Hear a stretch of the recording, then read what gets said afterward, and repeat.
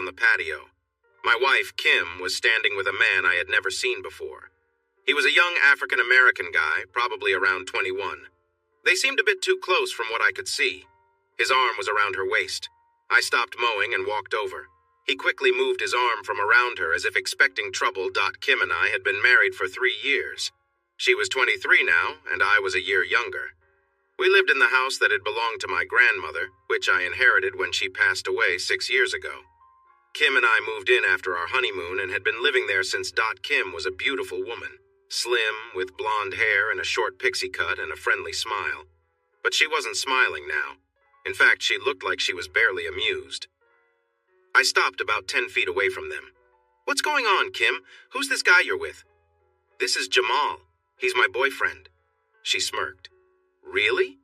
I turned to Jamal, who was staring at me like he was ready for a fight. I won't lie. It was intimidating. He was bigger than me. I'm Brian Bixler. I'm 5'10", about 160 pounds, with short brown hair and brown eyes. I looked back at Kim. "Care to explain?" Before she could answer, Jamal spoke in a deep voice.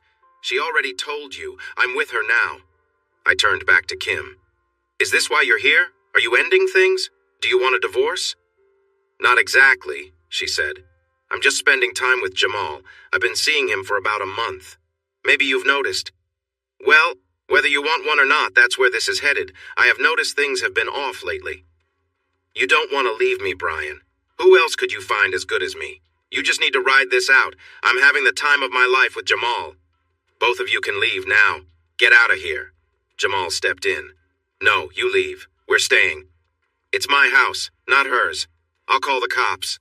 Kim smiled. "You won't. I've got your phone." She waved it in front of me, sure that Jamal would stop me from getting it. I quickly snatched it from her and began to dial 911. Before I could finish, Jamal hit me hard, then again with his other hand. I stumbled, but didn't drop the phone. As I tried to focus on dialing, Jamal was on me again. I endured several hits to my body, including my sides and stomach. I fell to the ground, holding my stomach. Jamal reached down and grabbed my phone. He placed it on the patio and stomped on it. He stood over me and Kim came to stand beside him. She said, "It didn't have to be like this, Brian. You could have just gone along with it. You can't win against Jamal." I looked at her without saying anything. I felt too weak to speak. I lay back on the ground. Jamal got closer and stepped on my chest like he was showing off. Kim laughed a little. She remarked, "Jamal, ease up a bit. Let him have some pride. He's a loser. He can't keep his partner and he can't defend his home." Jamal looked down at me, grinning. "I fight better than you, and I'm better in other ways too. Do you get it?" I stayed quiet. He kicked me lightly. "Do you understand?" "Yes." "Say it again." "I understand." "That's still not good enough." "I understand, sir." "Good. Glad we got that clear." He then turned and walked into my house. Kim stood over me, smiling confidently. "Jamal has a nice place. We came to get some of my things. I'll be spending a lot of time there, but I'm not moving out. You can use the basement bedroom. He and I will take the master bedroom. Got it?" "No. Unless you want to hurt me, you should leave and not come back." "What? Jamal?" she called. "He doesn't want us here." Jamal came back outside. I still couldn't stand up. He said, "We'll leave when we get what she wants. But first, I'm going to be with your wife in your bed." He put his arm around her and they went inside. I tried to get up, but I couldn't manage it. I crawled toward the back gate leading to other homes. I was about halfway there when I heard Kim yelling inside, "Harder, Jamal!" I reached the gate and one of our neighbors, Bob Billings, saw me crawling. He hurried over. "What's wrong, Brian?" "What happened?" "No police," I said. "Can you take me to the emergency room?" "Sure, but you need to report this. You've been hurt." "No, please. No cops. I'll handle this myself. It's about Kim." He helped me get to his car, called for his wife, and drove me the 1.5 miles to the emergency room. He supported me as I walked in. A nurse saw us immediately and rushed over. "What happened?" she asked. "Just a fight. I lost." I handed Bob my wallet and he gave the nurse what she needed. He returned the wallet to me and they took me into the treatment area. A doctor approached me, asked where I was hurt, and I told him my stomach. He examined me gently. I winced and cried out when he touched a sore spot. A nurse came and gave me a shot. After that, I don't remember anything until I woke up later after dark. I was in a small area of the emergency room, treated and wrapped up. A new man walked in as I groaned. "Mr. Bixler? You're awake. I'm Dr. Pitson. You've been hurt badly, but we've checked and your internal organs are okay. You might notice some changes in your urine for a few days. We won't keep you in the hospital, but you'll need to stay a bit longer. The police will arrive soon." "Do I have a say in this?" "No, it's been reported to them." A couple of detectives entered a few minutes later. Detective Smith was a young black woman. Detective Harvey was a white man, possibly in his 40s. They took a statement from me and said they would follow up later. Smith informed me that my assailant was Jamal Bennett, a young boxer. She mentioned that I was fortunate to have come through this with less harm than I could have done. That evening, I was released from the hospital and took a cab home. The house was dark when I arrived. Inside, I saw that Kim had taken off some of her clothes. The bed was unmade, and the bedroom had an odd smell. I quickly called a locksmith to come immediately, even though it would cost extra. He arrived an hour later while I had showered and changed into comfortable clothes. I had all the locks changed. I went online to check my bank accounts. All my money was still there. I opened a new account at another bank in my name and transferred the maximum amount from the joint account. It wasn't all I needed, but I would sort that out later. I canceled all my credit cards except one for my work. Then I took some time to think about what had happened and how I would handle it. People see me as easygoing, and I often show that side to the world. But deep down, I have a lot of anger. I've often wondered if I was born this way or if my difficult childhood shaped me. My parents fought a lot, and my dad left one night and never returned. He later passed away in an accident, leaving life insurance that was set aside for me. After he left, my mom struggled a bit and had a lot of relationships. I was 12 when he left, and by 16 I had completed my GED. I started at a community college and after a year attended a larger university, studying finance and accounting with a minor in computer science. I finished my degree at 18. Before Kim, I didn't really date anyone. It wasn't that I didn't like girls. My family life and my mother's choices made me shy around them. My 18th birthday party was held in a bar's back room in early February. I had my first official drink there, just a beer. My friends Harry, Bob, and Jackson invited some classmates, one of whom was Kim. She was 19 and about to graduate. I recognized her from our finance and accounting classes. She was really pretty and friendly.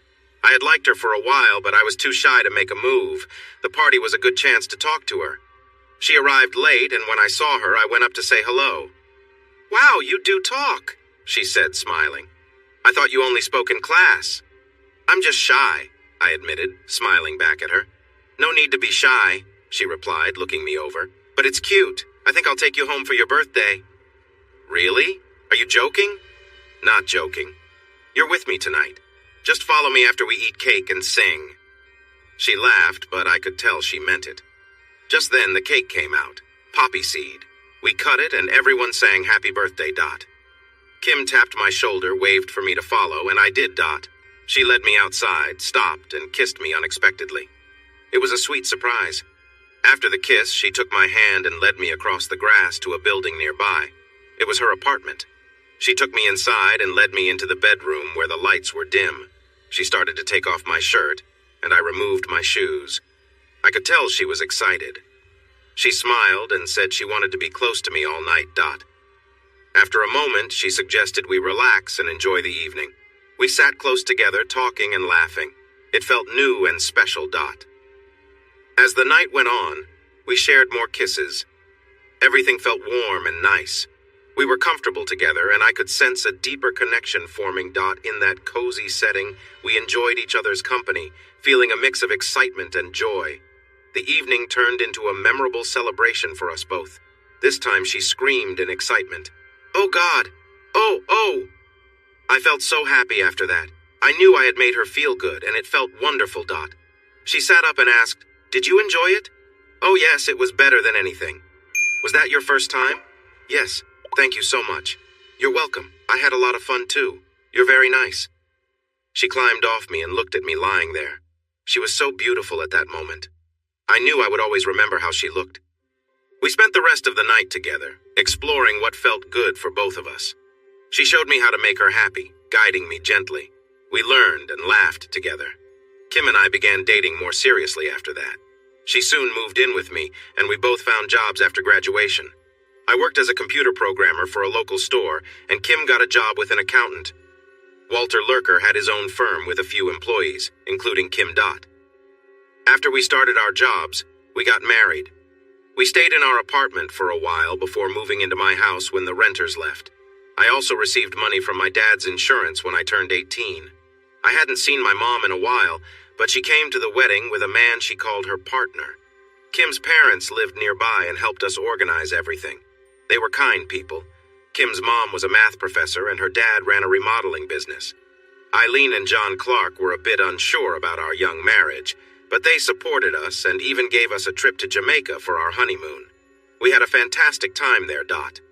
About a year and a half into our marriage, I decided to start my own business, providing accounting and computer services to small and medium-sized companies. My first client was my previous employer, which helped me get started. Soon I attracted many small businesses as clients. A year after launching, I worked hard enough to hire 2 people.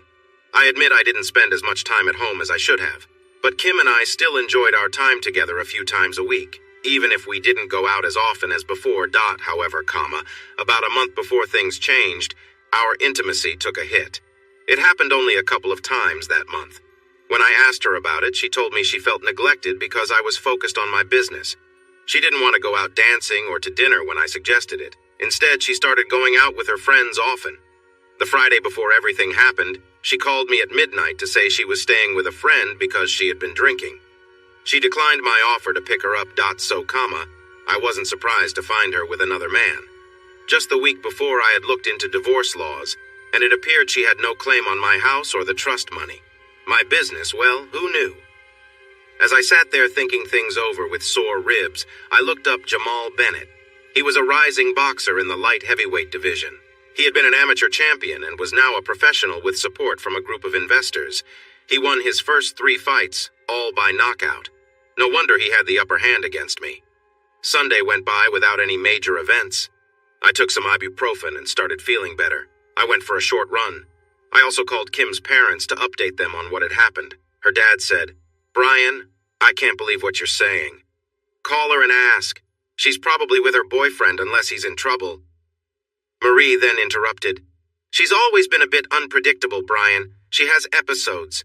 We hadn't mentioned this to you because she hasn't had one since she was 14. This sounds like she might be struggling again.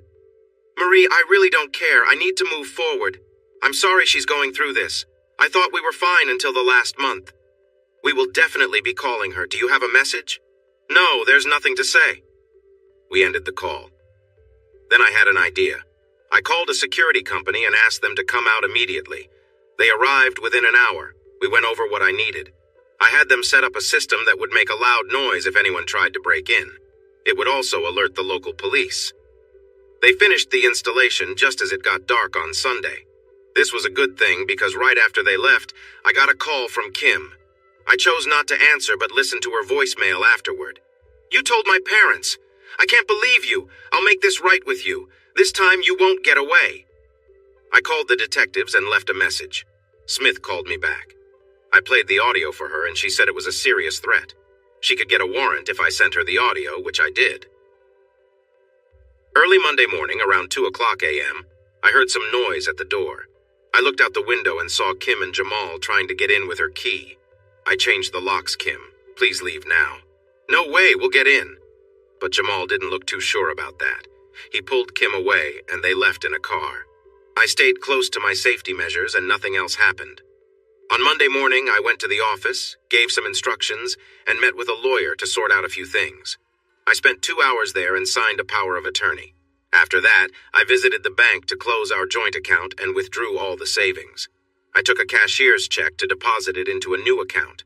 Then I stopped by a moving company and a storage facility. I returned to the office and spoke with my 2 employees about the changes ahead.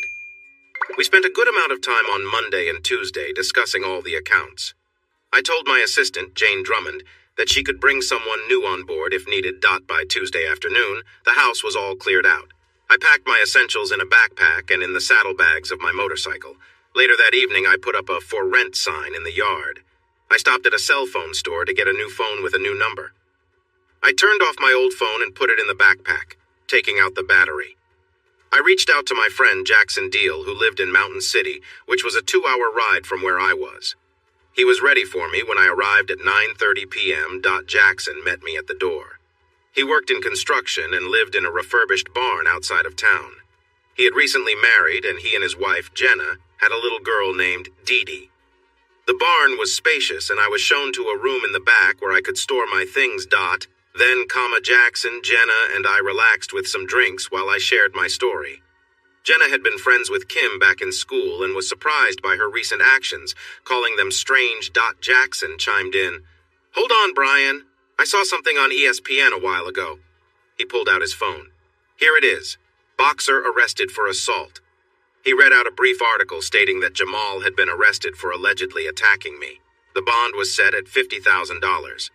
I replied, "That's fine, but no one knows where I am right now.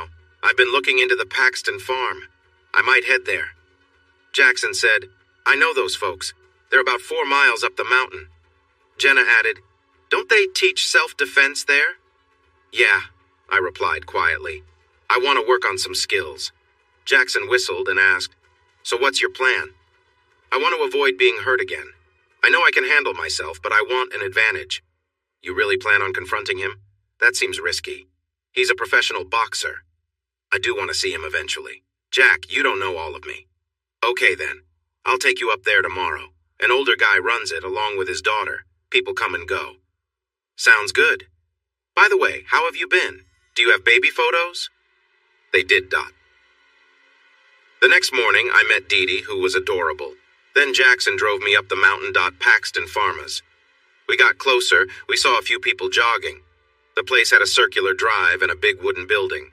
In the back, I noticed cabins and another large structure made of metal. As we pulled in, we were greeted by a man who appeared to be around 60 and a younger woman, maybe my age. They were both dressed comfortably in sweats and sneakers, suggesting they knew we were coming. Jackson and I got out of the car and walked towards them. Jackson said, "Hello, Manny." "Hi, Jen. This is my college buddy, Brian Bixler. He's looking for some lessons in self-defense." I asked, "Could you help with that?" Manny replied, "We have 7 people here and there's room for one more, but we don't just accept anyone. Why don't you come inside and share your story?" "Sure," I said. He led us into a large building just as some runners arrived and went around to the back. The place wasn't fancy, but it was nicely furnished. The entrance opened into a big room with doorways leading to other areas. There was a balcony on 3 sides with rooms behind it. 2 wood stoves were on either end of the room. Both were lit. Manny asked us to sit down and encouraged me to tell my story. I spoke honestly. Jen, a woman there, asked, "Are you planning to fight this guy?" I hadn't thought of that, maybe. "I just want to be ready if I see him. Truthfully, I do plan to meet him." Manny asked me to stand up. When I did, he looked me over carefully. Then he quickly hit me on the face with his right hand. He tried to do it again with his left, but I blocked it. He stepped back. I didn't touch my face where he hit me. It was a hard slap, but I held his gaze. He smiled at me. "You can stay," he said. He looked at Jack and added, "Thanks for sending him our way." That was his way of saying Jack could leave. "Take care of Brian. If you need anything, just ask," Jack said. I nodded and we got my things from the truck. Jack then drove off down the mountain. Jen walked outside with us. "Follow me."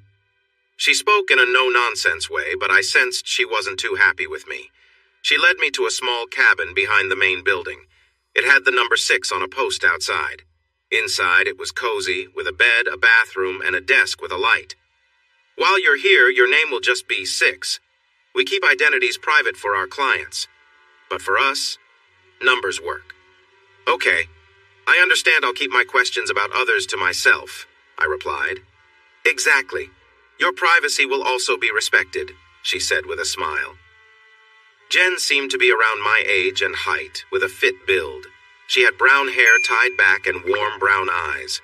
When she smiled, she was very pretty, and I aimed to make her smile more. "What happens now?" I asked.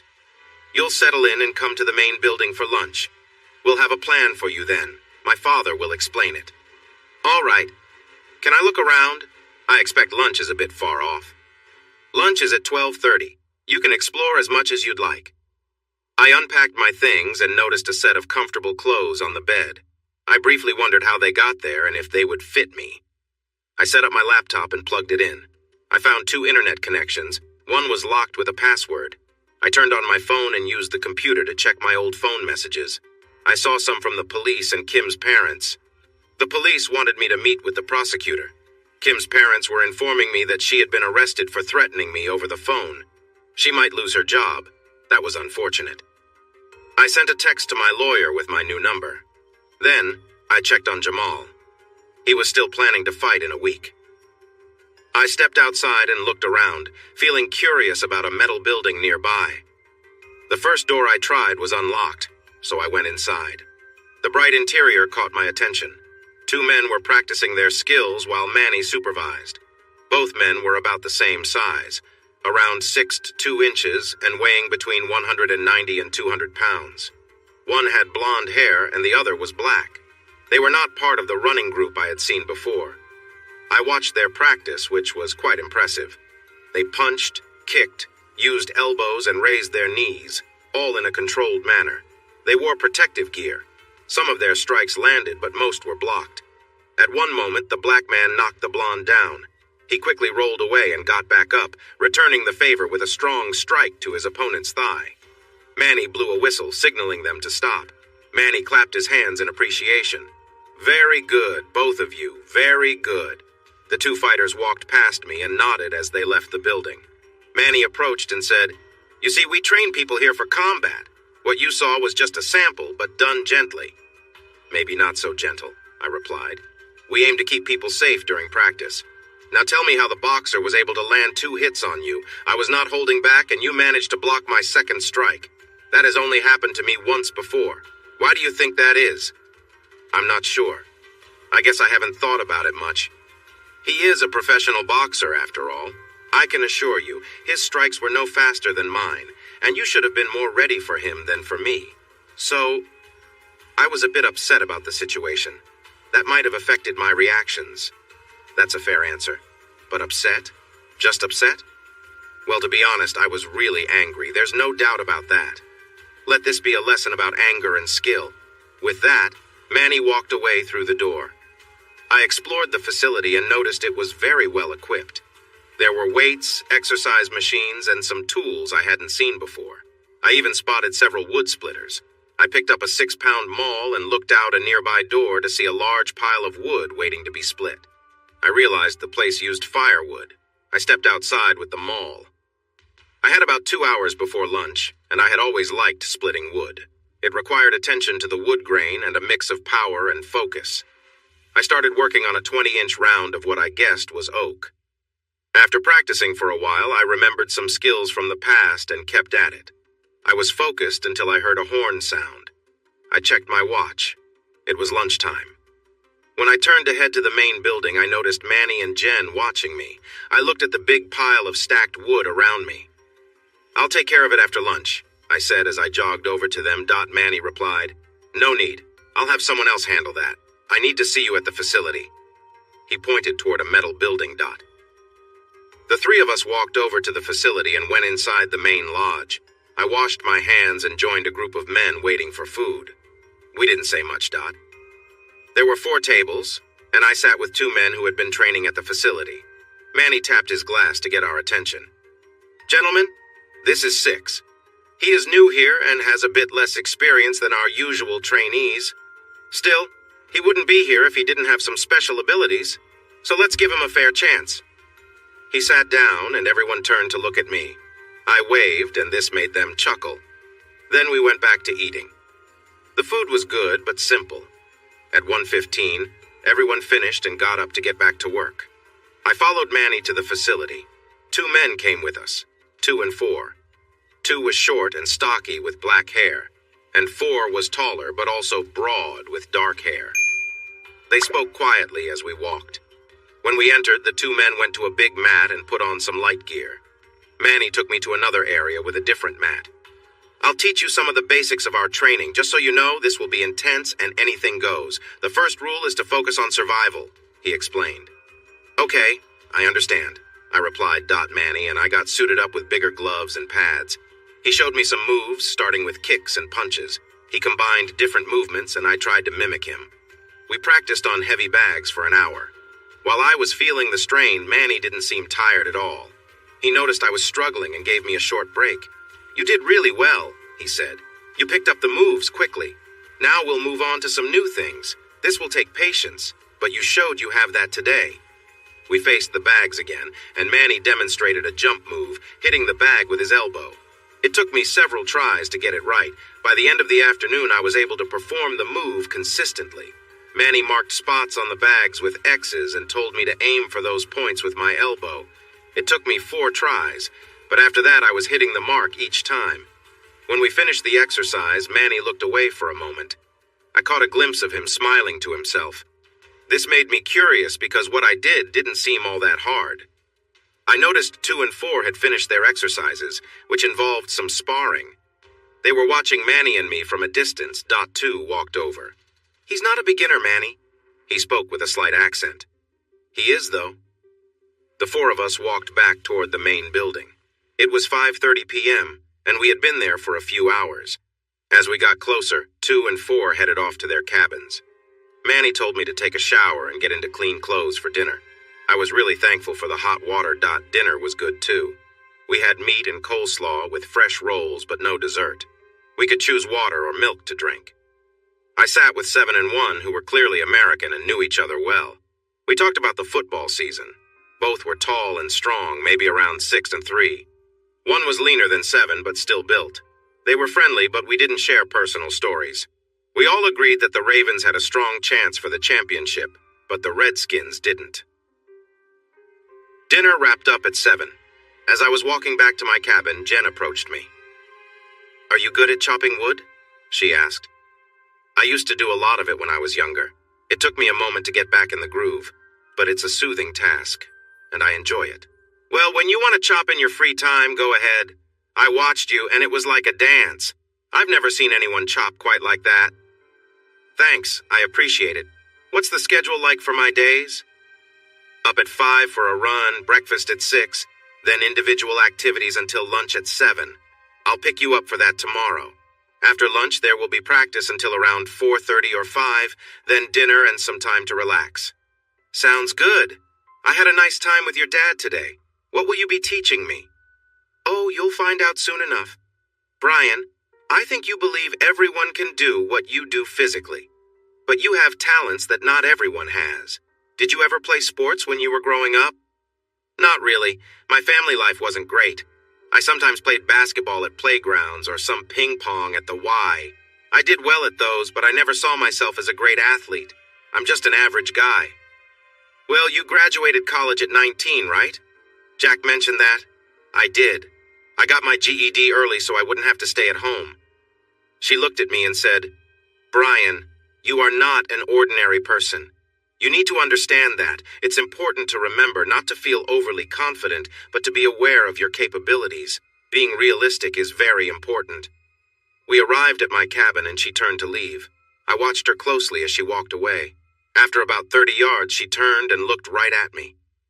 That gaze lasted for almost a full minute before she continued on her way. I realized that I was feeling a mix of emotions. I wondered if she was thinking about me as well. I did what I could to settle down for the night. I woke up at 5 when a loudspeaker announced the start of the day. I put on some comfortable clothes and shoes and stepped outside. 4 guys were preparing to run. I decided to join them. There was a path up the mountain. 1 and 7 led the group, while 5 jogged behind me. We were all running at an easy pace. The trail then curved uphill. 1 and 7 kept up with me at first, but 5 soon fell behind. Wanting a good workout, I picked up my speed and passed them, making my way to the top of the hill. They followed a minute later, with 5 catching up soon after. 7 said, "You have some great stamina, 6. I replied, "I used to run a lot. That hill felt nice." We all jogged back down to the farm together. Jen was waiting outside my cabin and signaled for me to follow her. We approached a small space attached to the main building. I saw the other 7 heading there too, along with Manny. Inside the small room, there was a mat and some equipment. Jen began putting on pads and gloves. I hesitated, but eventually did the same. "We're going to spar, 6.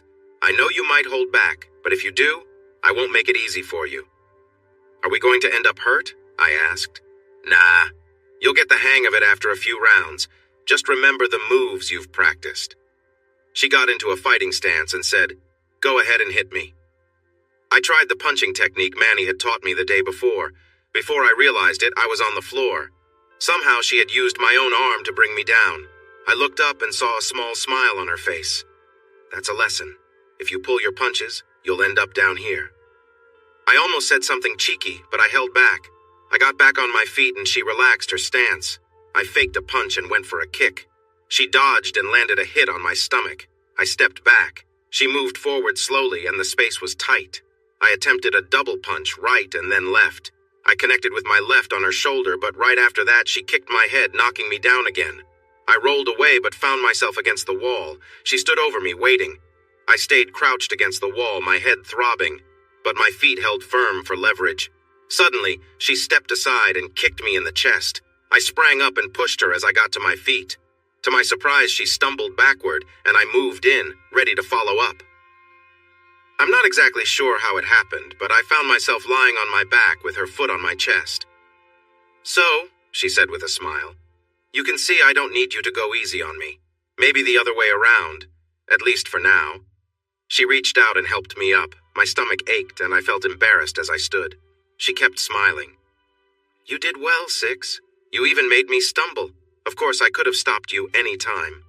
"I know," I replied. "It's humbling. If you were a guy, I'd probably have lost my temper." "Then you would have done worse. Staying calm under pressure is a real skill, and you seem to have it. You've lost to a girl, yet you're still handling it pretty well." I guess," she grinned. "We'll keep practicing, and my father's lessons will continue too. Maybe you'll fight some of the others soon." We practiced again, but the outcome was the same. By the end, at least I could stay on my feet while attacking. That afternoon, Manny taught me 2 new techniques, small changes to what I'd learned before.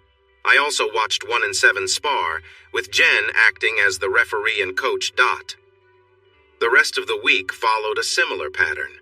Every morning, Jen would beat me in our practice sessions, and every afternoon, Manny would teach me new variations. I started to improve, little by little. I focused on what I was good at, my quick reflexes and strong hand-eye coordination. My upper body was fast, and I had decent strength.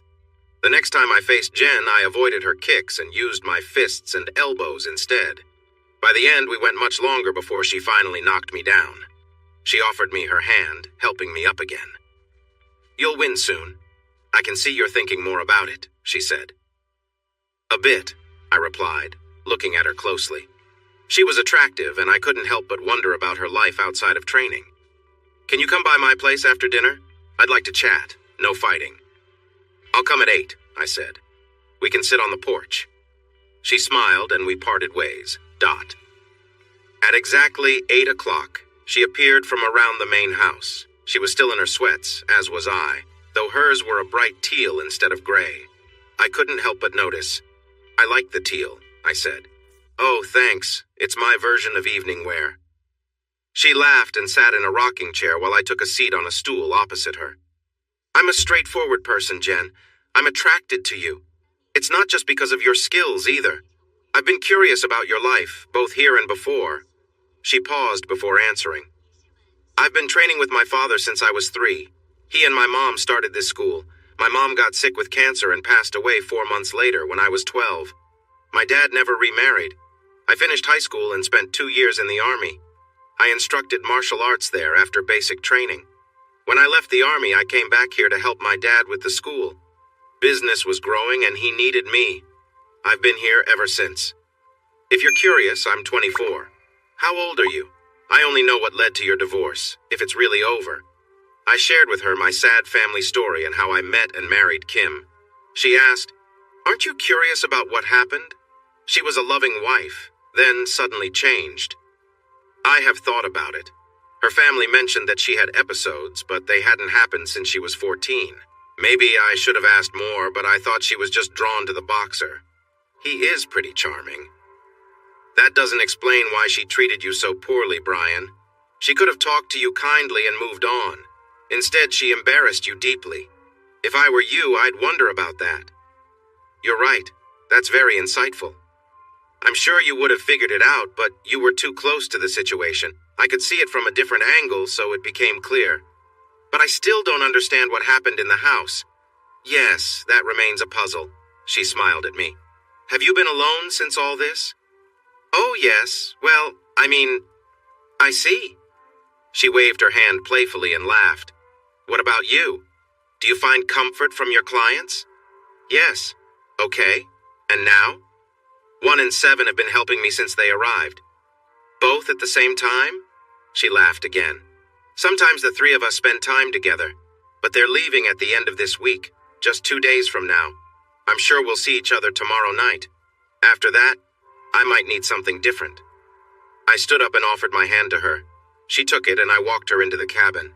She turned to me and we shared a quick kiss. She stepped back. You can think of this as a trial run, no pressure. But just so you know, a poor performance could have some consequences.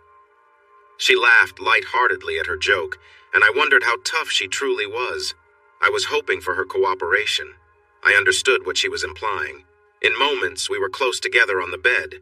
It felt exhilarating. She was almost as strong as I was, and I let her take charge. She settled in close to me, and I was impressed by her confidence. She enjoyed herself a lot, and so did I. After a while, we both relaxed, breathing heavily. You are quite impressive. This trial is going really well for you. Oh, thanks. I'm relieved to avoid any trouble for now. For now. We started around 9 p.m., and for the next several hours, we shared a wonderful time together. I had never experienced anything like it before. Kim was lovely, but Jen was even more engaging. After 2 in the morning, she quietly slipped out of bed, and I finally got some rest. The bell rang at 5. I got up and went for a morning run. I didn't feel as lively as the day before. I think the others noticed, but no one said anything. A few shared smiles when I lagged behind a bit. During my practice fights with Jen, I stepped back more often. I kept looking up at her repeatedly. After about an hour of this, she helped me stand and said, I can see you're a bit tired and not focused. Everyone has days like this. Can you get past it? I turned away and stared at the wall for a couple of minutes, trying to clear my mind. When I turned back, we took our fighting positions, and I surprised her with a quick move that knocked her down. I helped her back up. She looked at me with a surprised expression, but took her stance again. This time, she struck first. I dodged her punch and her next kick. I used her momentum to pull her down again and helped her get up. I said, maybe you were right about my focus. We took our positions again. We fought for several minutes before she knocked me back down with a kick. She smiled down at me. That was a great fight. When you're focused, you can match me. You've really improved. She helped me up, and we ended our session. When we stepped outside, there was a group gathered around the door, likely returning from another area. Jen walked past them, and I followed. I figured they were just curious. I turned back to ask one why they were there. Last time Jen spent the night with someone she fought, that person got hurt. We were just curious. You're okay, though. By the way, we thought she might come tonight for our last session. Will she? I'm sure she will. Just don't know who she'll be with. That's her choice. Jen and I had dinner together. She was quiet for a while, then looked at me. It's their last night. And there are 2 of them, and just one of you. I respect her choice, whatever it is. We have time. This made her smile. She stood up and walked away. I didn't see her until our morning practice. I won most of our fights in the first hour. Finally, I said, maybe you're a little distracted. She looked at me and laughed. Then she took her stance and knocked me down quickly. Looks like you were right, she said as she helped me up. This is our last practice in this small room. You've done well enough to move to the mats for fights now. I have to say, I've enjoyed sparring with you. It felt strange to hear her say that, but I had enjoyed it too, fighting alongside her. I just nodded in agreement. That afternoon, Manny showed me some footwork that helped set up punches. Then he asked me to practice on the mat with 7 in his final session. I looked at Manny for a moment but couldn't read his expression. He remained calm. 7, and I got ready to spar. I felt a bit annoyed at him, and won too, but I faced the wall and cleared my mind. Then we began our match. The new footwork was still being refined, and for a while 7 had the upper hand, but I stayed calm and kept practicing. Suddenly it all clicked, and Seven stumbled to the ground. I helped him back up. "Your new move is tough to defend against, Six, when you do it right," Seven said. We practiced more, and he got creative with his defense. However, my new footwork gave me an advantage when I applied it well. It started with a quick step, which could lead to either a straightforward punch or, if he backed away, a round kick or punch. I hadn't heard Manny mention the round punch, but it worked well. After we finished, Manny and I exchanged nods with Seven. On the walk back to our cabins, Seven mentioned, "She wasn't quite herself last night. She had fun, but there was a change. I think it's because of you." "I've only been with her once. I shouldn't feel jealous." "But you did. I could see it. Manny noticed too. He set up our practice to test you, and you succeeded." Later that evening, I saw Seven, One, Jen, and me sharing a dinner table. Jen seemed a bit shy as they sat down. One said, "Jen, it's been wonderful to know you here. I'll always remember you, even if my time might be short." He smiled. We talked about various things during dinner. When we finished, Jen hugged each of them before they left. After that, I didn't see them again, but I spent a lot of time with Jen. I spent the next 3 months at the farm, learning about fighting. I practiced sparring with everyone, including Manny in the end. Jen and I spent each night together. She didn't form any new relationships, and the longest anyone stayed, apart from me, was a month. After a week of sparring with Manny, he called me to his office after dinner. "Have you thought about how to deal with the boxer?" he asked. "Not exactly. I thought I'd revisit and see how it goes." "Brian, I believe you could handle him on the street, but that might land you in trouble given your past. I've noticed how close you and Jen have become, and we'd like to avoid any problems. So I have a suggestion."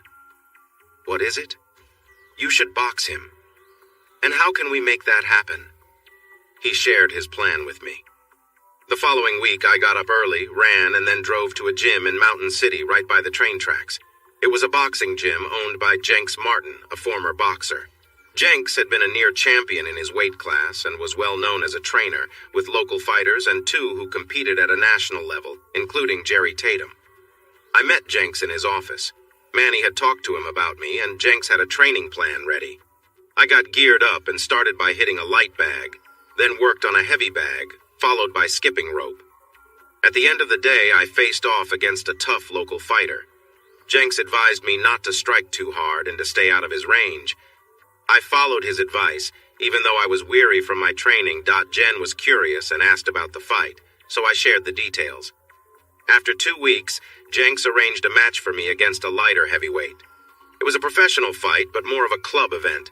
I registered under the name BB Farmer. Jenks told me to land many punches but avoid knocking him out if possible. It was set for 3 rounds.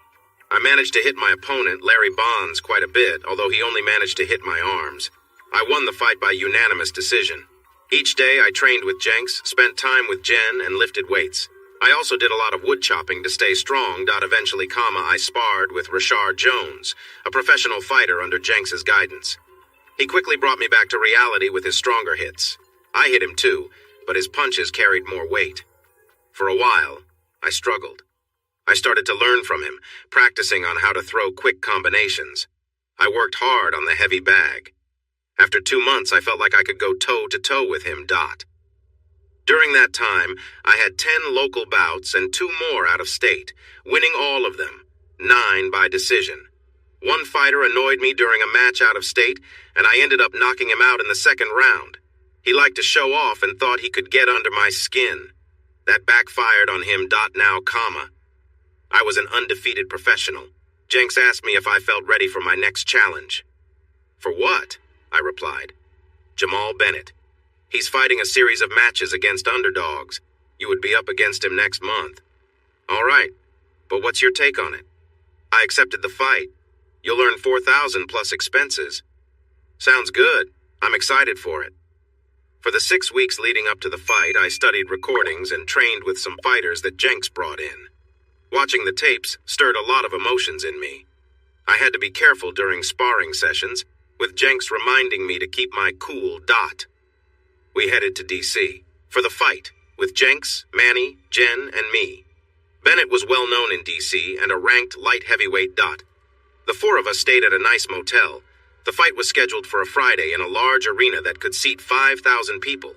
It was almost full, especially since our match was the main event, advertised as a clash of unbeaten fighters dot up. Until this point, I hadn't heard much about Jamal Bennett or my ex-wife. There hadn't been any news coverage, and no one from my past knew where I was. Bennett and his team didn't seem to take me seriously, but they were expecting to make money from the fight since it would be broadcast on television. As I was getting ready, Manny pulled me aside. "Your ex-wife is here. She seems to have a child with her. They'll be at ringside. Does she know I'm the one fighting?" "I'm not sure. Someone from Bennett's team might have recognized you, or maybe he did. He must have seen the video." "You know, I only saw him once, and not for long. I guess I'll find out when we meet at the center." I stepped into the ring and people started to boo. Bennett was a big favorite in this town. I kept my hooded robe on while I waited in my corner. Jenks was my corner man. Manny and Jen were at ringside. Bennett entered the ring to a lot of cheers. I watched him closely from under my hood. He loved to show off. Seeing him made me feel angry. I turned away from him and focused on the empty space in front of me, feeling calm take over. We were called to the center of the ring for the pre-fight meeting. I kept my hood on. It was clear that Bennett didn't know who I was. He was jumping around, shouting. I spotted Kim at ringside. She had a child with her. I took off my hooded robe and smiled at her as the bell rang. I saw surprise on her face as I turned back. Bennett bounced around, throwing jabs that were nowhere near me, but it looked good. He liked to move back and forth in front of his opponent. He had a rhythm, but that was a weakness because I could predict it. In the first minute, we both started to find our rhythm. His jabs and one strong punch all missed. When he dodged to his right, I landed two strong jabs and a quick punch.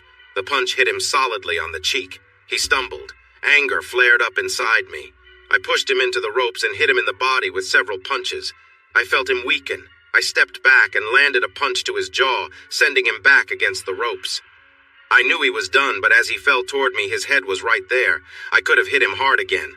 I felt a surge of rage, stronger than ever. But I held back. He fell onto the canvas, out cold. I stood there for a moment, looked down at Kim, who was watching in shock. I flexed my muscles and mouthed a word. Then I turned and walked to my corner, stepping through the ropes and out of the ring. The four of us went straight to the dressing room. I didn't take a shower. Manny had a van outside with our things. We got in and drove away. No press, no TV. Manny drove us back to the farm. It took about 2 hours and we felt ecstatic once we were clear of the arena. There was beer for Jenks and me. About 30 minutes from the farm, Manny asked me, "Why didn't you hit him again at the end, Brian? I could see you were really angry when you had him on the ropes." "I'm not sure, Manny. It was right there. He was vulnerable. I didn't want to hurt him badly. I need to think about it." Jen said, "That's a good thing, Brian. Anyway, he's definitely hurt, but not too seriously. It was an easy shot. I could have done it, but I have mixed feelings." "Well," she said, "they're going to offer you money to fight again. Do you want to do it?" "I don't know. I have enough money. The business is doing well, and I could make a good profit from selling it. But I really enjoy fighting. You could be a champion one day, but things have changed since the days of Ali and Frazier. I'll think about it. I like the MMA stuff." She laughed. "I can see that. You're pretty tough." "Seems I'm not as tough as I thought." We got to the farm and unloaded our things. Jenks was staying overnight. Everyone was in the main house, and Jen and I were going upstairs when Jenks turned on ESPN. There it was, the short fight clip. It showed me knocking out Bennett and then cutting off. We all laughed, thinking about why we had to leave, mainly because of how Bennett's friends might have reacted. I felt really tired, but watching that quick fight was captivating. It was like I was there again, yet I couldn't really believe it was me I was watching. They played the knockout in slow motion. As I watched, I felt both present and distant, almost floating. I had to sit down. At one point, when I could have seriously hurt him, I focused on my own face. I saw my expression shift. For just a moment, I felt anger. Then it faded to nothing, like I was lost in thought. It was strange. I couldn't recall ever feeling that way before, but I could see it on the video. Then I watched as I flexed, looking at Kim. My face was blank, as if I had planned every step. I remembered leaving the ring, but not that moment of flexing. Everything felt hazy, but it began to clear up as I walked toward the dressing room. Skipping a bit down the path, Jen was holding my hand tightly. I noticed I was gripping her hand back. We exchanged glances, both unsure of what I had just seen. I stood up and pulled her with me. "It's time for bed," I whispered, wanting her close. Manny and Jenks remained quiet. By then, Jen and I were deeply in love. We felt it and had said it openly. It was stronger than anything I had ever felt for Kim. We changed into our pajamas, keeping everything casual. I slipped into light pajamas and she wore a nightdress. We cuddled together. "What did you feel when you watched that?" she asked.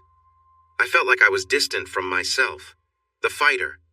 I knew I was that person, but it felt strange. "I've been thinking about everything you've been through. I believe you need to understand what happened with Kim, why she did what she did. You mentioned her family told you she had some earlier struggles that they never talked about. I don't want to see her. She has a child now. She hurt me deeply, and it felt sudden, like I never mattered to her. The divorce papers came so fast. But Brian, she was your wife for a long time. There were no signs until nearly the end, right before she showed up with that boxer. How can that be? I think you'll always have doubts about us too, if you don't find some closure. Maybe you should talk to her family." "I'll think about that. I can't just visit them. For all I know, Kim could be living there. Let's look into it tomorrow, okay?" "Yep, sounds good." The next day, Jen and I checked on a few things. First, we looked into Bennett. He was still in the hospital, not in danger anymore, but he might not be able to do much for a while. Next, we found out about Kim. It seemed she and Bennett were living together in a condo in Virginia. There was a mention of a child, but no other details. A news story about Bennett showed him celebrating after a match. They mentioned that his future in boxing was now unclear. I decided to call Kim's parents. They lived in a suburb of D.C., John worked at the Pentagon, and Eileen was a high school math teacher. Eileen answered the phone when I called around lunchtime. "Hi, Eileen. It's Brian." "Oh, Brian, why are you calling now? This isn't the best time." "Eileen, I'm sorry about Bennett's injury, but I want to talk about something else. I'm confused about what happened between Kim and me. I feel like I need some answers, but I don't want to see her." "I understand. We did mention that Kim had some issues as a teenager. We thought they were behind her, but it seems they're not. Let me see if John will talk about this. I'll call you back at this number." "Yes, thank you." Kim and I went on with our days. She kept her phone close, waiting for a call. Reporters came to the farm, which we should have expected. They weren't allowed on the property, but some customers felt uneasy. Manny was worried, too. I called a friend who knew about public relations. He told me that reporters would keep pushing for more information. They loved a good story, especially a mysterious one, but they wanted answers. I sent Jenks out to the gate. I had arranged a meeting with the press in a separate room at his gym. He announced it for 5 p.m. Kim's parents called back shortly after. I set up a dinner with them at a hotel in D.C. for 2 days later. I thanked them for agreeing to that Jen, Jenks, and I talked about how to manage the press conference. Jenks and I arrived just after 5. Cameras were everywhere. Flashing lights filled the room. I had a statement ready. I expressed my hope that Bennett was doing okay. I mentioned that I didn't have plans for a next fight at that moment. Finally, I expressed my gratitude for the chance to fight someone like him. Then came the questions. How did I feel after the fight? Numb. Did I think I could win? Yes. Did I believe I could beat the champion? I hadn't seen him fight. Why was I celebrating? I was just happy. Did I say anything inappropriate? I don't remember. Was I talking to Bennett's partner? No, that was a lie. Would I fight Bennett again? Not sure. I don't know if he wants a rematch. At that point, Jenks stepped in and wrapped up the press conference. We quickly left for the main gym. When I arrived at the gym, we went in through the side door. Inside the main area, a group of guys were working out. They clapped for me, though the sound was a bit muffled because they were wearing gloves. I heard some cheers, too. I smiled and took a small bow. I felt a bit overwhelmed at that moment. Later, when I considered whether to keep going, I thought about those guys. I got a ride back to the farm with Jenks' driver. Jen had watched me and said I looked silly. I told her that was the look I was going for. After all, I was a club fighter trying to keep a low profile. Jen and I practiced on the mat. It was a good match, but I only just managed to win. She was tougher than I expected and really pushed me. We had a nice dinner in the main room and the guys there clapped for us. I waved back at them. After that, Jen and I went upstairs to relax and watch an old movie. Then we went to sleep. I got in another workout afterwards. I was feeling nervous about having dinner with Kim's parents. I asked Jen to come with me, and we had a reservation for 7. We were staying overnight. John and Eileen arrived right on time. I shook John's hand and hugged Eileen. I introduced Jen as my partner, and Eileen seemed a bit disappointed. We ordered drinks, and I said, I still don't know what happened with my marriage. I was too sad to ask before, but Jen thinks I need to face this, and I agree. Can you help me understand? Eileen replied, Brian, Kim loved you. I believe she still does, but she has acted out in the past. When she was 13, she had a breakdown and spent some time in the hospital. After that, she went back to school. About a year later, she hurt a boy in her class and had to go back to the hospital. She started treatment and got better since then. There have been no issues since. John added, until she had that incident with you. I see that as a sign of trouble. She seemed quiet leading up to that day, maybe a month prior. I think she was involved with Bennett. She introduced him to us 2 weeks before it happened. John and I were very surprised and worried. She said she wanted to talk to you about it soon. At that time, she didn't seem unstable. Did you consider telling me? She planned to, so no, we couldn't know how things would unfold. What's their situation now? I heard she's living with him. Yes, she and little Johnny are with him. He's not a bad guy, Brian. I can't speak for that incident, but from what we see, he seems all right. Eileen appeared to be honest. Well, I can't say I wish them the best. How old is little Johnny? There was a brief silence. John replied, He's 11 months old. Oh, so she might have been pregnant when she introduced him. Is it common for pregnant women to experience these challenges? Again, there was a pause. Eileen shook her head. We really don't know. After the incident, she didn't seem to lose control, Brian, just that one scene. But it was a terrible scene. Jen had listened closely. She's smarter than I am, she asked. Do you have pictures of Johnny? Oh, well, no, not here. Not on your phones? Jen's voice was sharp. I began to understand. I said, Eileen, is there something I need to know about John? Silence. Jen said, He's your son, Brian, not Bennett's. They seem to not want you to know that. She turned to them. Why not? Kim says it's actually Jamal's child. He'll be the one to raise him. She asked us to keep it quiet. Brian, he looks just like you. I said, I need to think about this. I can't just walk away. I can't believe she would do this after everything that happened, maybe. But this is really messed up. John said, Brian, I understand how you feel. But what good would it do to meddle? Well, I want to know my son, and after what they did, I think I might be able to get some kind of custody. Just then, the waiter came and asked if we were ready to order. I hesitated, but then decided to go ahead. I was hungry. We all ordered. The act of ordering seemed to ease the tension at the table. Jen asked me, What do you know about the divorce? What did she say about the pregnancy? I looked at John and then at Eileen. She said, Kim's lawyer sent you the papers. There wasn't any mention of a child. There wasn't a child then. When he was born, Jamal's name was on the birth certificate. The divorce was final by then. We all thought it was his child, not yours. She had seen him many times that month, but not so much with you. True, I guess that's true. Maybe twice with me. What's Jamal's relationship like with the child? He must know he's not the dad by now. Well, he realized soon after the birth. He left for a week. Then he came back and has been around since. He doesn't change diapers. We haven't spent too much time with them to say more. Okay, that doesn't tell me much. What's the news on his health after the fight? He's hurt. He's having trouble speaking clearly. The doctors believe it will clear up with some rest. You hurt him badly, Brian. How does that make you feel? I feel good about winning. I could have really hurt him, you know. Did you watch the fight? John said. I did. I saw it live and I watched the video. I know you could have done far worse when he came off the ropes, but you didn't. And I still don't know why. I hated him. But he got some of what he deserved. There's some doubt about whether he will get any money after this. His supporters are worried about his health. but the contract says he's insured against injury. So maybe. Jen said, "Have you talked to Kim since the fight?" "No, just on the phone. We have Johnny with us, Brian, at our house with a sitter."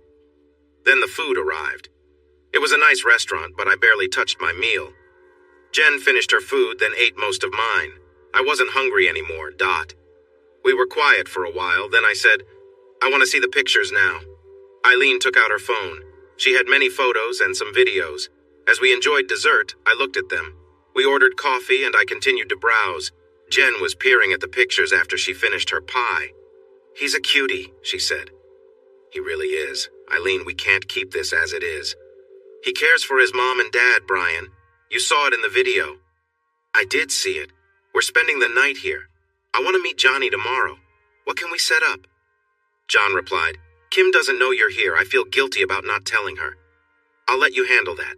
But I have choices, including a DNA test. Just by looking at him, I have no doubts. I could go to court if needed. They seem to have made an error on the birth certificate.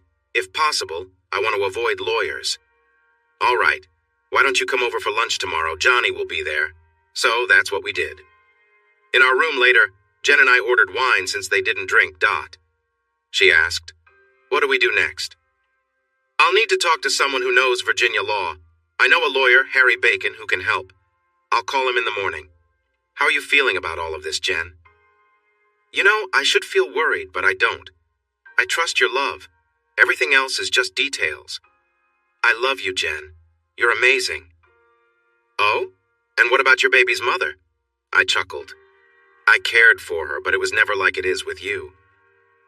The next day, we arrived at John and Eileen's home for lunch. They welcomed us inside and led us to the living room where young Johnny was on the floor playing with wooden blocks. He looked up as we entered. Eileen said, "Johnny, this is Brian and Jen. They came to see you and have lunch." Johnny glanced at us, then went back to his blocks. I crouched down, picked up a block, and stacked it on his pile. I kept adding blocks until they formed a tall tower. Johnny studied it carefully, then knocked it down with a swipe. He giggled as I exclaimed, "Oh no!" I started to stack the blocks again. He waited until they were tall, then knocked them over again with laughter.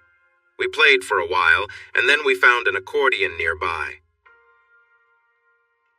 Buttons, making sounds. And so did he.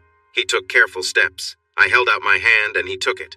We walked to the dining room where Eileen lifted him into a high chair. He had bread and peanut butter with celery while the adults enjoyed quiche. Eileen's phone rang and she stepped into the kitchen. When she returned, she said, "That was Kim. Jamal is being moved to rehab after he settles in." I felt like she would arrive in about 30 minutes. They were already at the place. I glanced at Jen. She said, "No need to delay. We all know that Brian..." agreed and added, "But be ready for some tension." Eileen noticed that Johnny had finished his lunch, so she took him for a nap. The three of us talked about what would happen next. John would meet Kim at the... Just then, Kim stairs without Johnny. Jen and I watched as Kim got out of the car. She looked tired, but okay. Her dad greeted her as she entered the yard. We watched them talk. Kim shook her head and seemed upset. Then Eileen stepped outside to join them. After a few moments, the three of them came inside with Kim between her parents. I said, "Hi, Kim. This is Jen." She looked at me with, "You really hurt him." "I know I did, but believe me, I didn't hurt him as much as I could have. And you're one to talk. Things have a way of coming back around, right?" She looked down, quiet for about 20 seconds, then raised her head, tears filling her eyes. "I guess it's my fault. I was wrong, and I can't explain it all. We met on the dance floor and I got caught up. I knew I was making a mistake. But why let him hurt me? Why humiliate me? Brian, I was scared you might hurt him. I know what... I see now that was a mistake. It was the worst day of my life. But I looked at Jen and thought about how things turned out well for me. I'm happy now, but I don't think I can fully forgive you." I don't want you in his life, Brian. Jamal is his dad and he has always been there for him. Only because you never told me. It should have been clear. I'll do whatever it takes to be in Johnny's life, Kim. She turned away, knowing she had to give in, also worried about Jamal. She said, Jamal is really hurt. He has a bad concussion and maybe more. The tests say he might get better over time. How did you get so good at boxing, Brian? He is one of the best in the country. I had motivation and some good training. I looked at Jen. And he thought I was just another weak opponent. He wasn't ready. Eileen said, let's all go to the living room and sit down. Kim, can I get you something? Maybe some water, thanks. She was looking at me and Jen. None of us knew Jamal would be fighting you, Brian. I was shocked when I saw it was you. I wanted to stop the match, but it ended too quickly. You called me a bad name. Yeah, if it fits, then it fits. Revenge. It's all about revenge. What now? I'm not sure. My plans have changed. Jen and I will figure it out. Maybe it's mostly her decision. It's all new territory for me, and for Johnny, too. After talking some more, Kim went upstairs to get some rest. She really needed it. Jen and I returned to our hotel to pack our things. We then headed to a motel close to the Clark's house. Jen called Manny to let him know we'd be back in 2 days. She also told him about Johnny. Once she hung up, she said, Manny can't wait to see Johnny. He's not as serious as he pretends. The next morning, I spoke with a lawyer about child custody in the state. I returned to the Clark's house with some information. I hoped we could come to an agreement. Jen and I talked about the possibility of Johnny spending some time at the farm. She mentioned that Kim might have to come along with him for now. Or perhaps Eileen and John could come too. I learned that Kim had also consulted a lawyer about Johnny and custody matters. She was open to me seeing him. During our conversation, Jen was playing with Johnny on the floor.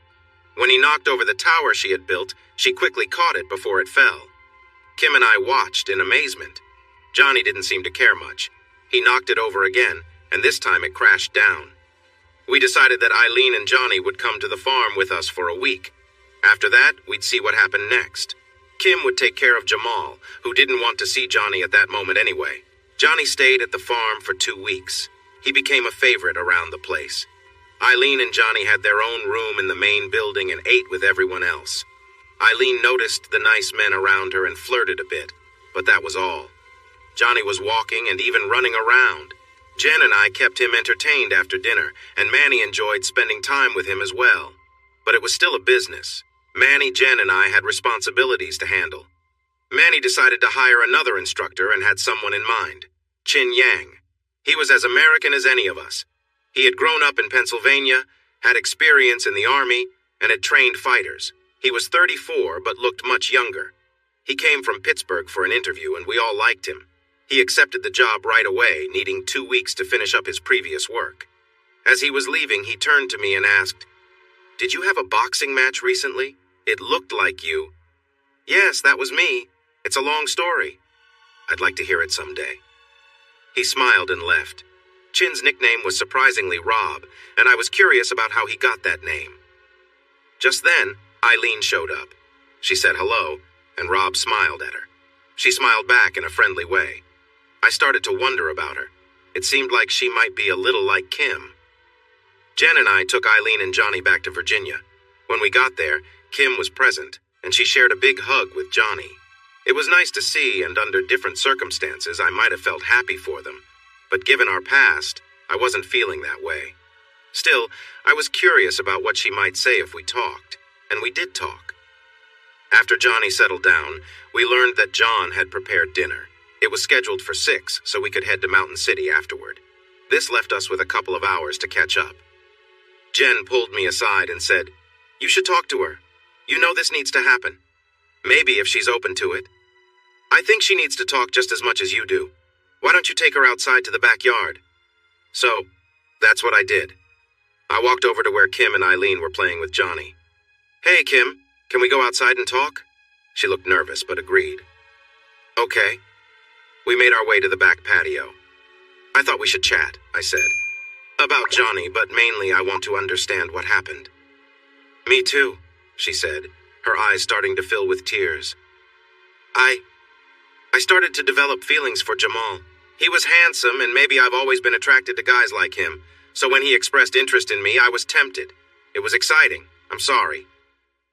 Did you really just fall for him that easily? Yes. It's not your fault. We had a good thing, but I've always felt restless. So, we were meant to break up? That's disappointing, Kim. Still, I can see where you're coming from. It's like you're saying you've always been drawn to other guys. She smiled a little at that.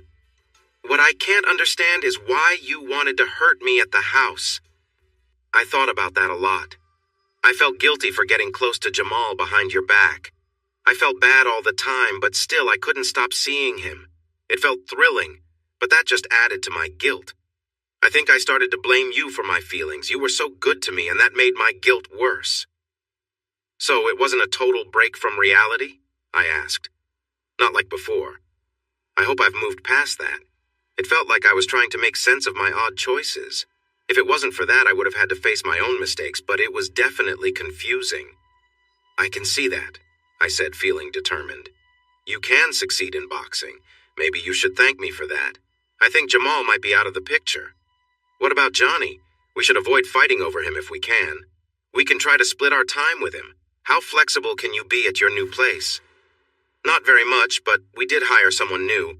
I'm also considering purchasing some land near the farm, possibly an old ski resort. If that works out, I could offer you a spot. But I'm not sure what's going on with you and Jamal. I'm not ready to leave him behind. He was complaining a lot, and it was really getting on my nerves. Can you tell me why he agreed to fight?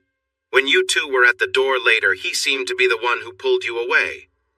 Well, Brian, Jamal has a lot of anger inside him. It's the same kind of anger I saw in you when you were hitting him. You must have noticed it in his boxing matches. No way. He was only fighting guys he could easily beat. He didn't show any anger then. He's not mad at me, at least not directly. He's angry at people like you. He grew up downtown where some tough kids picked on him since he was 9. Oh, I see. Wrong place, wrong time. I told him to fight you. I didn't know he would take it so far. Later, I asked him about it, and that's what he said. After our talk, I felt like I understood things better. She had some flaws I didn't see at first. It was hard to see her as anything other than someone who made poor choices. But she was complex and seemed to struggle with her feelings. It was surprising we had a meal. John was a good cook and usually did most of the cooking. I started to wonder more about John and Eileen. Where was she while he was cooking? Later on the drive home, I mentioned Kim to Jen. It turned out she had gone upstairs and listened to us through an open window. She said, "That's about as close to the truth as you'll get." Yes, so how should we handle Johnny? Also, Jen, will you marry me? I love you so much. I was going to wait, but after that talk, I feel free in a way. Brian, she said, crying. Yes, you would ask me while driving. I'm going to make you pay for that. She laughed through her tears. We got married a month later on a Saturday. It was a small ceremony at a farm. I couldn't find my mom to invite her. Manny had a sister who came with her husband and 2 almost grown kids. John, Eileen, and Johnny were there. Kim decided not to come, even though Jen wanted her there. Jen and I had a short honeymoon at a beach in Delaware, then it was back to work. I signed up to fight an upcoming light heavyweight contender. I would earn $200,000 because I was still a bit of an unknown, like Rocky in the early days. The fight was scheduled for a month later. No matter who won, the money would help me make a big purchase I wanted. I talked to Jen, Manny, and Jenks about my decision and the training I would need. We set up a routine and I stuck to it. Jenks thought I should avoid distractions, but Jen disagreed. I trained hard and traveled to Philadelphia for the fight. My opponent was Rick Sutter. He was nearly my size, with a shaved head and an energetic style. Jenks and I watched video replays of his fights. He had fought 34 times and lost just once. This isn't just a boxing story, so I'll just say the fight lasted all 12 rounds and I managed to wear him down. I didn't come out of it without feeling sore, though. My body was aching for 2 weeks from all the grappling. I knocked him down once in the 10th round with a strong punch. I thought he was finished, but he got back up just in time. The bell rang and gave him a moment to recover. He was a tough opponent, and I respected him, even if he liked to show off. After the match, I quickly talked to the press, saying I wasn't sure if I would fight again. Then I went back to the farm. I reached out to a real estate agent about an old ski resort. It was 52 acres with a lodge and cabins. It had been used as a summer camp before, so the buildings were in decent shape. With the $150,000 I got from the fight after taxes, I was able to buy it outright using some of my savings too. I also made a deal to sell my business. It was doing really well, and I sold it to my employees in a way that gave me some money up front and a regular payment later. Now I was a landowner. For Manny, Rob Chin was doing incredibly well at the business. He filled in for me while I was focused on boxing. Rob had a close friend named Billy Williams from their time in the military. Manny decided to hire Billy too. The business was thriving. Many people came and went, and everyone paid. I often marveled at how Manny made it all work, but I never asked too many questions. What really made it successful was Manny's talent for teaching. There were plenty of people like Rob and Billy, but only one Manny. After the excitement about my boxing career calmed down, I found peace at the farm with Jen. But then, out of the blue, Kim broke up with Jamal. She moved back in with her parents and seemed okay with it for a while. Not long after, though, she showed up at the farm with little Johnny after New Year's Day. We set them up in a small room upstairs. Then the three of us, Manny, Jen, and I, talked about what to do next. I took Kim aside for a private conversation. I asked her, "What happened with Jamal?" He thought I brought him bad luck. You know he was never meant to be a long-term thing. He was too handsome and young. I see. So, what's next for you? I thought that Johnny needs his dad in his life. And while I love my parents, I don't want to stay with them. I was hoping there might be a job for me here and a place to stay. I'll think it over, Kim. That situation isn't easy for me to forget. Okay. I'm not a fighter, but I can organize things well and I think quickly. I can only apologize so much, but I am truly sorry. In the end, you left me for someone who looked good. More than just looks, she laughed. Not so good looking now, though, I remarked, and we both laughed. I asked, "How is he now?" "He's mostly back to normal after rehab. He's starting to train again and wants to fight the guy you just fought." "All right. Well, I'm not too interested. He threw punches and then faced the consequences. It's even... Except for you. I'm serious about finding a place here. I want to earn my keep if I stay." I talked with Manny and Jen about Kim. Jen was okay with Kim staying. Manny looked at me and asked, "What about you, Brian? Can you handle seeing her around?" "Yes, I can. Jen helped me see things clearer, and I'm better for it." "What can she do for work?" "She's smart. She's in good shape but doesn't know much about what we do. She studied business and accounting in school." Manny said, "What are your plans for the ski camp?" "I want to fix it up and turn it into a vacation spot for people who love nature and fitness. We'll have trails, swimming, rafting, archery, and more. And you need someone to help organize the renovations and sort out costs. Could she help with that?" Jen added. "She could have one of the cabins. That's what we decided." I took another challenge to earn some more money. It was with the top contender in New York, Rodrigo Sanchez. I knew I had to work hard to keep up with him. Jenks and sometimes Manny helped me prepare. We watched videos of all his fights. He was very strong. The fight went all 12 rounds. I managed to knock him down in the 9th round, but he got up angry and returned the favor at the end of that round. I was really frustrated. I had my calming routine in my corner. I focused, but I wanted to really take it to him. This proved to be much tougher than I expected. He was still furious. Despite my training, I ended up going back and forth with him in the last 2 rounds. No one went down, but there were a lot of hits. I pushed him into a corner and focused on his body, while he just kept trying to hit my head. He landed some good punches, but I kept pushing back. I must have landed 30 body shots in each round. I had some anger, that was clear. Later I realized the crowd was cheering loudly, but during the fight, it was just me and him. I finished the 12th round by working him in the corner. I didn't hear the bell. The referee had to pull me away. I looked at Sanchez, surprised he could still stand. He looked back at me. We both nodded. The fight was scored a draw. Later, I thought that was fair. At the time, I didn't care. I believed that if it had gone to 15 rounds, I could have won or maybe faced serious trouble. There was no way we were driving home after that fight. We got rooms at a nearby hotel. I had to see a doctor before I could leave the arena. Sanchez went to the hospital but didn't stay long. He had a cracked rib. I slept fitfully that night before dozing in the van all the way back to the farm. Then I rested for another 18 hours. When I woke up, it was morning. I felt sore, but I could still move around. There wasn't a press meeting after the fight because neither of us were up for it. Jenks set one up in his side room for later that day. Before going down there, Manny, Jen, Jenks, and I watched the whole fight. By the end, we all agreed that it was a draw. If I hadn't gotten knocked down at the end of the 9th round, I would have won the match. I won the last 3 rounds. The judges marked the 9th as even. Before the press meeting, Jen and I talked about whether I wanted to keep fighting. She thought Sanchez was the toughest opponent I would ever face, and didn't think much of the champion. She said he was just a strong hitter and believed Sanchez would beat him. Then I could make a lot of money for another match against Sanchez. I said, "You know, Jen, that fight was really exciting for me. During the last part, nothing else mattered, just the fight. I could get hooked on that. But it could cause me issues in the long run. You handled this one well, but I'm still worried. If you fight again, it has to be your last. We've made enough money already," she replied, hot. As the press conference started, I praised Sanchez and wished him luck for his fight with the champion. I meant every word. I felt a connection with him during the match. There were many questions about the fight, which people were calling a classic. My responses about the first 8 rounds were analytical.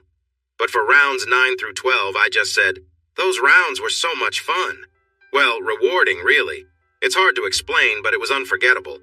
Unless I get hit too many times, that is. Everyone laughed at that, but Jen didn't find it funny. Afterward, the guys at the gym gave me a warm round of applause. I thanked them, and we held a small party to celebrate. Life went back to normal at the farm. I had talked to Kim about helping her organize the new project. She was excited, but also nervous. She asked, "How can you trust me with this after what happened?" "Because we're not married. You can move on if you want, but this is business. I trust you to do a good job," I replied. "Okay, I just want to make sure I don't disappoint you," she said with a few tears in her eyes. I believed she meant it. We named the new business Mountain Adventures. Kim interviewed candidates for a construction manager, and we hired Harvey Bristol, or Harv. He was 40 and had experience in building restoration and landscaping. We thought he would be a great fit. The only thing that worried me was that he had gone through a difficult divorce the year before and shared custody of 2 teenage boys. I wondered if he might be preoccupied with that. I talked to Kim about everything before we made him an offer. I was a bit concerned about his family situation. He might still be involved in it. "I think I can help him feel better, Brian." He was a strong, good-looking guy with dark hair and a solid build. I smiled at Kim. "You mean you're going to charm him?" "I don't think it'll take much charming. I like him. I want to be with him, so I'm going to try. I hope you don't mind, Brian. It won't interfere with work. Just make sure it doesn't. And Kim, you cannot take advantage of him. That would be bad for business. Can I trust you?" "Yes." Kim didn't wait long. Harv was very interested in her and didn't stand a chance. He went into the back room of the cabin where she was working on the project. I noticed that Harv seemed much happier after spending time with Kim, and Kim looked happy too. I figured they worked well together on personal matters just as they did on the project. Harv's 2 teenage sons were helping out for the summer, doing general construction work. They were 15 and 16, but they had worked with him before and were good at it. They mostly stayed with their mother in town. I heard them joking with Harv about Kim, but he quickly shut that down. Everything was going smoothly on all sides. But of course, life has its surprises. Jen and I decided she would stop taking birth control, and she got pregnant quickly. Then Kim also announced her pregnancy. She and Harv seemed happy. I wasn't sure if they planned it, but I had a feeling Kim did. Harv's ex-wife, Alice, didn't seem to be as pleased, but that was her problem, right? Meanwhile, Eileen and John came to visit Johnny and Kim. We all had a nice dinner in the lodge at Mountain Adventures. Little Johnny was fully part of our lives now. Eileen and John stayed in the main building at the farm for 2 weeks. On the second night, I got up late at night and heard some noises coming from Manny's room. The next morning, I asked Jen about it, but she didn't know much. To me, there was only one woman in the building besides Jen.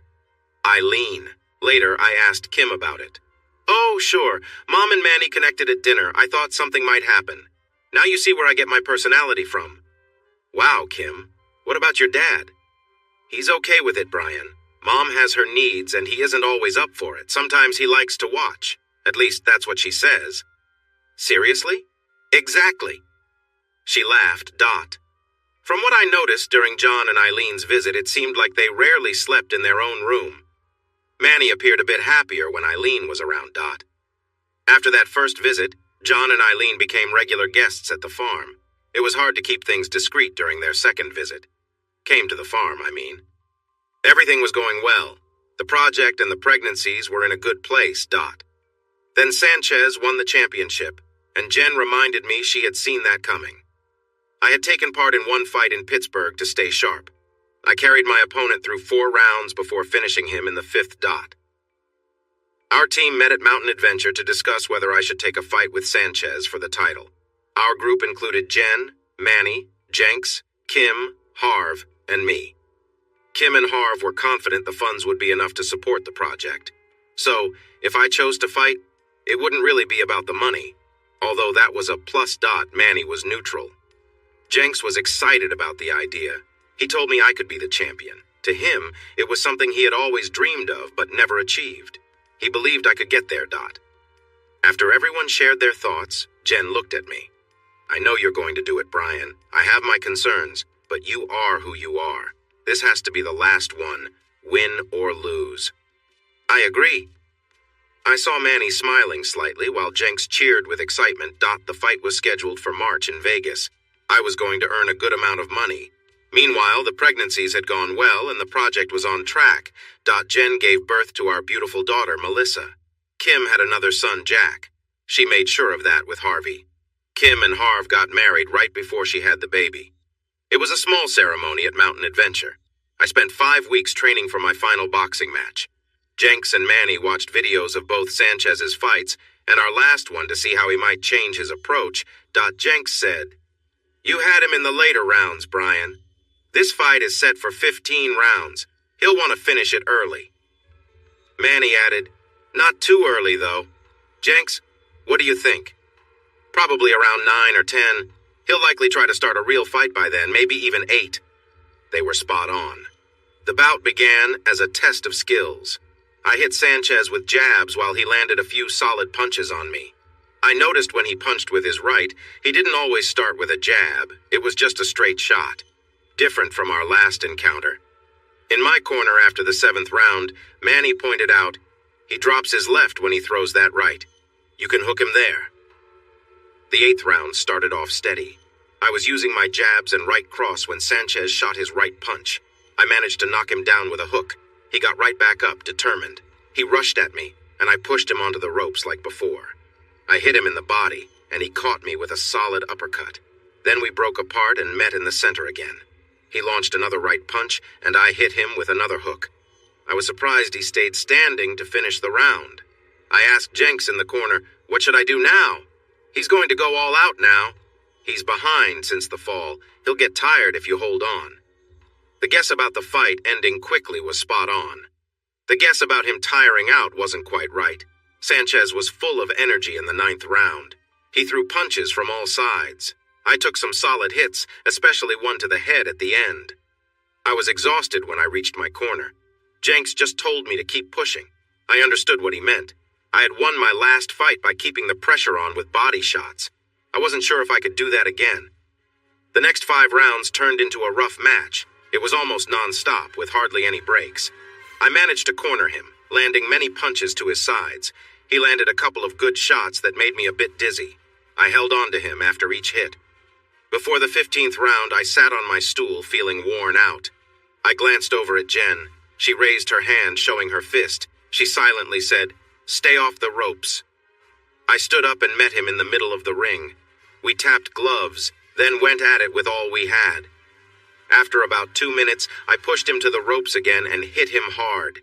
He absorbed a few hits, and I noticed him starting to weaken. I stepped back and landed a strong punch to his jaw. It was one of my hardest, and he fell sideways to the mat. I staggered back to my corner thinking the fight was done, but he got back up. The referee talked to him and he responded. We both stood there for a moment after the referee stepped back. Then he motioned for me to come in. I jabbed him in the face, and he pushed me back. He swung a punch near my head just as the bell rang. We leaned into each other, both worn out. I said, "You're an amazing fighter. You too. I don't want to fight you again." The judges all chose me as the winner. I was the champion. There wasn't a press conference afterward. We both went to the hospital for some care. I left the next day, looking like I had been through a storm.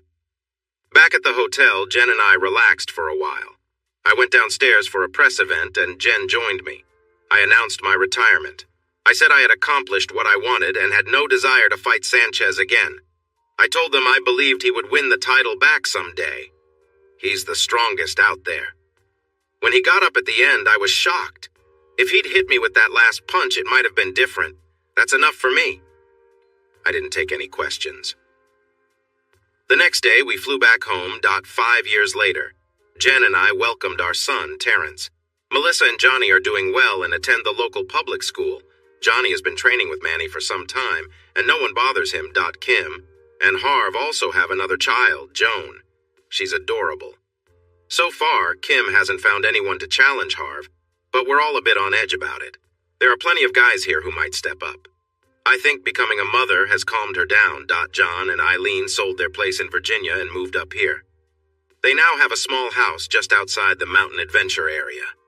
They still visit Manny, mostly at night. Sometimes both of them go, and sometimes just Eileen, never just John. They all seem content with whatever they've got going on. I don't ask, and they don't share. Both the farm and mountain adventure are doing well. New workers come and go, but Rob and Billy are still there, teaching alongside Manny, Jen, and sometimes me. Neither of them has any relationships. It's a bit surprising, really. Sanchez won the tournament for the vacant title. As for Jamal Bennett, he was never the same after that knockout. He retired last year and now works for the public schools in D.C. I've heard he's married with kids. He wasn't a bad guy. He just made the mistake of getting involved with a married woman. Kim, of all people. The funny thing is, if Jamal hadn't gotten involved with Kim, I never would have become champion. I can't hate him anymore. Holding on to hate is just unhealthy. And me? I still enjoy chopping wood. I'll never step back into the boxing ring again, but I sometimes watch MMA and UFC fighters. It's fun to watch. Thanks for watching this video. Don't forget to subscribe to Infidelity Plus to stay updated with more captivating tales of infidelity and payback. Turn on notifications so you're the first to see our latest content.